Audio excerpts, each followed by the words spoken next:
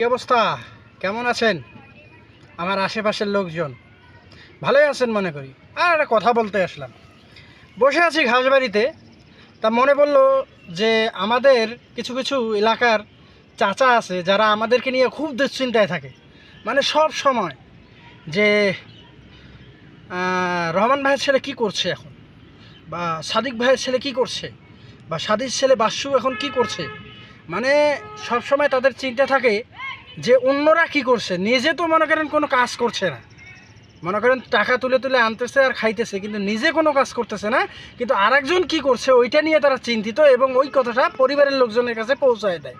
এবং প্রতিনিয়ত পরিবারের লোকজন তাকে খাওয়ার সময় বলেন, পড়তে বসার সময় বলেন, ভার্সিটিতে যাওয়ার সময় বলেন, সব সময় এই ধরনের কথা বলে। তুই কি জীবনে কিছু করবি না, বা তোর দ্বারা কি জীবনে কিছু হবে না, বা তুই কি জীবনে কিছু করতে পারবি না? আমরা আর কতদিন তোকে দেখব? পরিবারের কথা, বন্ধুবান্ধবদের কথা, এলাকার মানুষের আশেপাশের লোকের কথায় এই ছেলেটা আর কত দূর যেতে পারবে আপনি বলেন? একটা ছেলেকে আপনি কতক্ষণ বুলিং করবেন? একটা ছেলেকে আপনি যতক্ষণ বুলিং করছেন তা না করে যদি তাকে শাবাশি দিতেন তাহলে ভালো হতো। অমুকের ছেলে কি করছে সেটা জেনে কি আপনার কোনো লাভ আছে? আপনার কোনো লাভ নেই। আপনাকে সর্বদা ভাবতে হবে আপনি কি নিজে কি করছেন। নিজে কি কোনো কাজ করেন? কাজ তো করেন না, কিন্তু অন্যরা কি করছে সেইটাতে যায় মনে করেন আঙুলটা যায় এইভাবে দেখান যে অন্যরা কি করছে।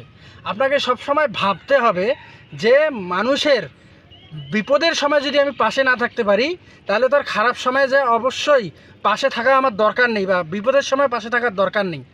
আপনি তাকে যে সহানুভূতি দেখাতে পারেন, কিন্তু তার মানে এই নয় যে আপনি তাকে প্রতিনিয়ত ছোট করবেন, হেয় করবেন। আমরা সমাজে প্রায় সময় দেখে থাকি যে কিছু শ্রেণীর মানুষ যারা সব সময় একজন বেকার ছেলেকে সব সময় কটূক্তিমূলক কথা এবং ছোট করে কথা বলে। কোথাও কোনো ইভেন্টে, কোনো প্রোগ্রামে গেলে তাকে ছোট করে দেখা হয় যে ও তো বেকার, ওকে কে দাওয়াত দিয়েছে, বা অমুকের ছেলে ও তো ঘুরে বেড়ায় খায়, ওকে কে ডাকছে, বা ও তো এইটা কাজ করতে পারে না, ও কেন এখানে। মানে প্রতিনিয়ত আপনাদের এই কথাগুলো একটা ছেলের মন মানসিকতাকে নষ্ট করে দেয়। একটা ছেলের মন মানসিকতা এবং একটা ছেলেকে নষ্ট করার জন্য দায়ী এ সমাজ, আমি মনে করব। কারণ সমাজের মানুষগুলো যদি একটু ভালো হতো বা একটু সহানুভূতি দেখাতো, তাহলে ছেলেগুলো হয়তো ভালো কিছু জীবনে করতে পারতো।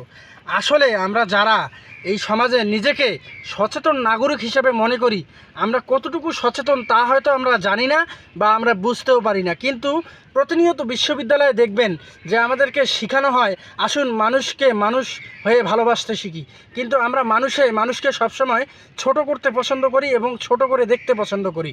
আর ধরুন আপনার বন্ধুর একটা কোনো প্রোগ্রামে আপনি গিয়েছেন, সবাই কর্ম করে, আপনি বেকার, কিন্তু আপনাকে সে ছোট করে দেখছে ওদের চোখে, কারণ আপনি কিছু করতে পারেন না এবং করতে জানেন না।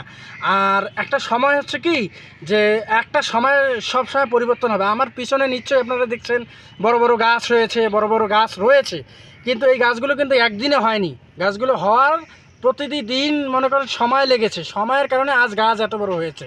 তো মানুষেরও বড় হতে সময় লাগে। পরিশ্রম ছাড়া মানুষ কখনো, পরিশ্রমী ছাড়া সফলতা অর্জন করতে পারে না। যখন একটা মানুষ পরিশ্রমী হয় তখন সে সফলতা অর্জন করে। এখন বলবেন সাগর ভাই এত গরমে রোদের মধ্যে এ কথাগুলো কেন বলছে? কারণ এ কথাগুলোর মধ্যে আমিও জড়িত রয়েছি। আমাকে নিয়েও এলাকার আশেপাশের মানুষ বা আমার ছোট ভাইয়েরা যারা আমার বন্ধুবান্ধব, তারা প্রতিনিয়ত আলোচনা সমালোচনা করেই যায়, কিন্তু কেন করে তারা নিজেও জানে না। নিজের খেয়ে নিজের দেহে তারা এই কাজগুলো করে যাচ্ছে প্রতিনিয়ত। তো আমি একটা কথাই বলবো যে আসুন মানুষকে ছোট করে নয়, বা মানুষকে তাকে অপমানজনক কথা বলে নয়, তাকে আসুন মানুষকে সম্মান করি এবং তাকে ভালোবাসতে শিখি। কারো পকেটে 5 টাকা নেই, কিন্তু তার মানে এই না যে তার দিন ফিরবে না। যেমন দিন দিন গাছগুলো বড় হচ্ছে, তেমন মানুষের জীবনও একসময় জীবন পরিবর্তন হয়ে যায় এবং জীবনও বদলে যায়। মনে রাখবেন আজকের কোটিপতি কালকের ফকির, কালকের ফকির আজকের কোটিপতি। মানুষকে কখনো ছোট করে দেখবেন না। ভালো থাকবেন, সুস্থ থাকবেন, ইয়োর সাগরকে ফলো করবেন।